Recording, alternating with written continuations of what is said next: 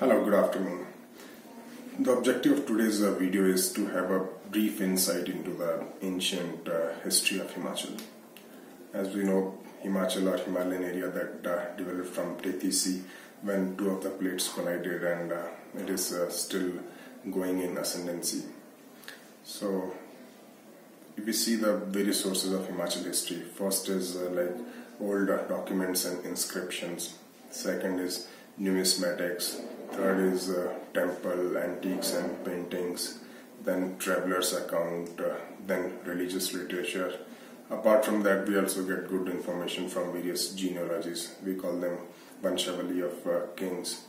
So all these sources and coins, they give us good information about Himachal's history. So first topic we are going to deal is migration into Himalayan hills or Himachal hills.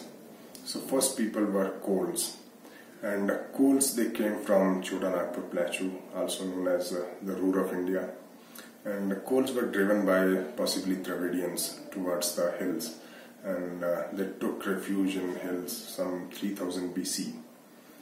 So they were the first people. They were short in stature, they were whitish in complexion, and they were speaking language known as Munda language. Second people who came just after the Kols were Indo-Mongoloids, and these people came almost 2500 BC or somewhere, and they didn't come into the main Himachal, geographical Himachal of nowadays. They were in periphery of Himachal. They were outside the boundaries of Kinnaur or Spiti possibly. But they got into the mainstream, that is Laul Spiti and Kinnaur areas, in 7th century AD, when there was greater advent of Buddhism in this part of Himachal. Third people to come were Khasaryans. Khasaryans came from Central Asia, areas near Caspian Sea, and they came via Kashmir area, and they settled here, and they have tussled with Kols in the beginning, but over a period of time Kols and Khasaryans, they got along socially also, and Khasaryans gave republican system to this part of India, and they were known as Janpads. That was third. Fourth is, technically we cannot say they were migrants into Himachal, but they were like Indo-Aryans. So those people, they drove Kols or Khasaryans higher into the hills, but they didn't have much a role in the history of Himachal. So this was a phase from 3000 BC to possibly 1500 BC, and for 600-700 years there was a bit of mingling of Kols and Khasaryans, and technically from 8th century BC till 4th century AD, this time is known as the Janpad time. That is equivalent to Mahajanpad in chronology, but they were smaller republics. So what were they? They were like Audumbars. Audumbars had an area from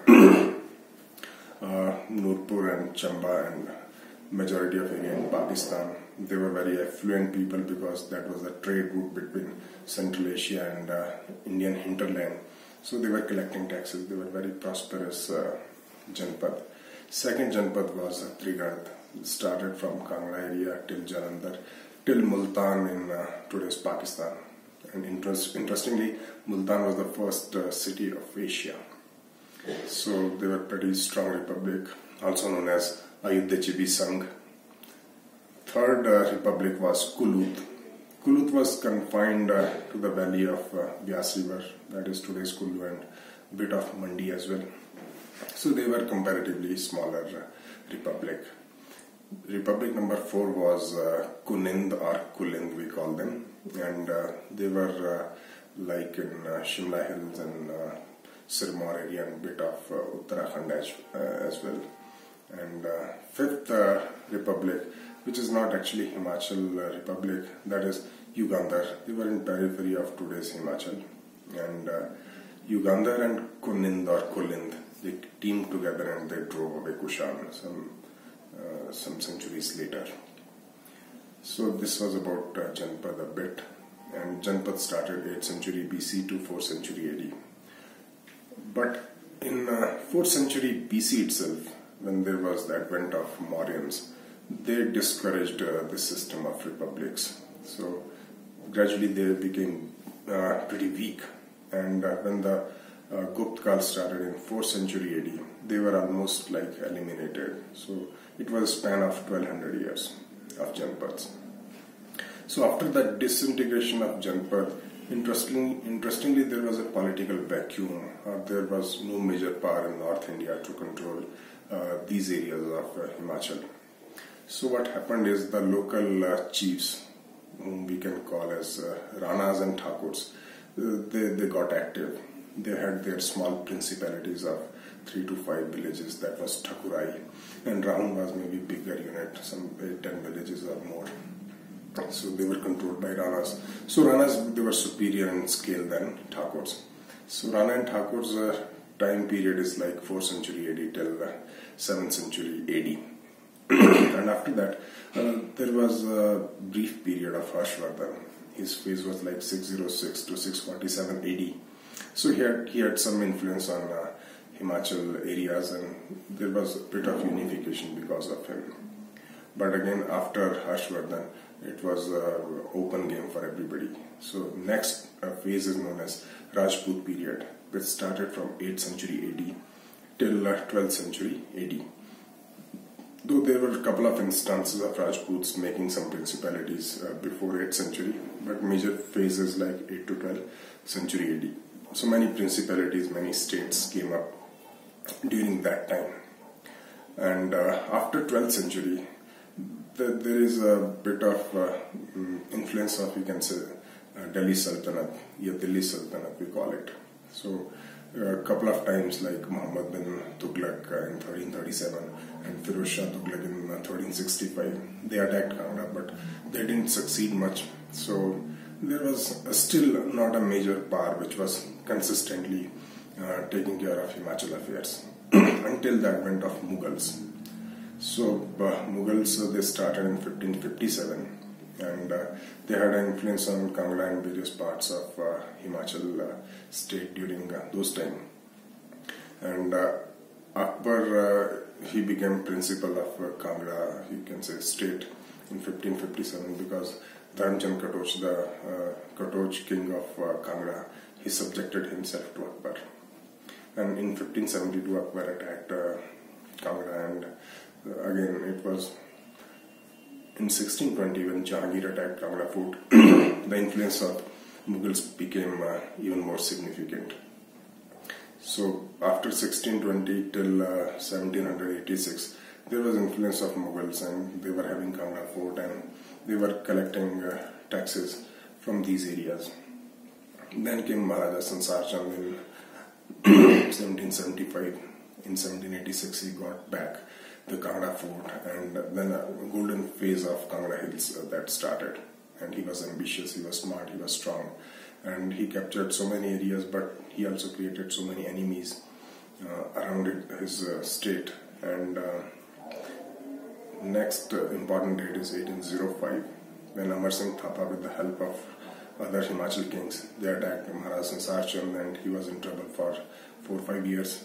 And in 1809, Maharaja Sansar Chand had to take some help from Maharaja Ranjit Singh, and the Treaty of Jwalamukhi was signed.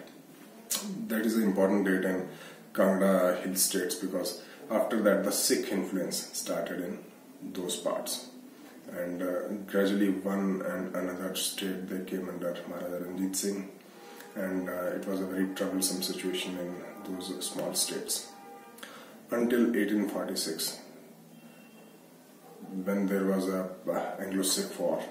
So local Rajas, they supported British, but again they were not given back their principalities. And 1848, again Anglo-Sikh war, but this time Himachal kings or Kangra Hill kings, they supported the Sikhs, but again they lost it. If we make a parallel in Shimla Hills, we see Treaty of Jwalamukhi 1809. After that, Amar Singh Thapa, the commander of Gorkhas, he settled at Arki Kunihar, and he started his ambitions in Shimla Hills.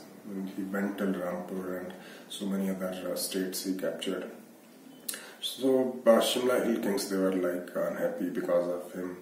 They took the help of British, and in 1815 there was Anglo-Gorkha War, and Shimla Hill Kings and Ranas and Thakurs, they supported British, and Gorkhas, they were defeated.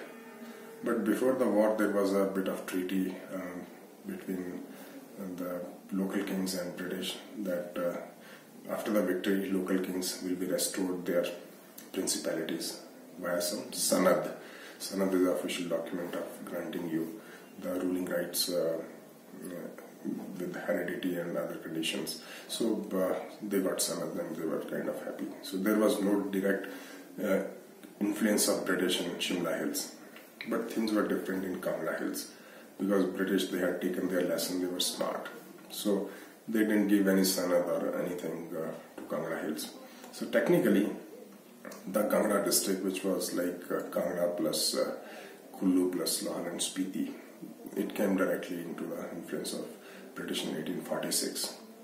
That is why if you make a parallel in Himachal history, we'll see so many freedom fighters from Kangra Hills, but not many from Shimla Hills. The reason was pretty interesting, because in Shimla Hill there was no direct influence of British. They were kings or Ranas and Thakurs.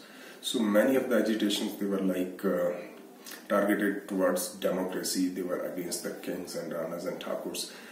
Many agitations, they were against the social evils or something. So the nature of agitation was different.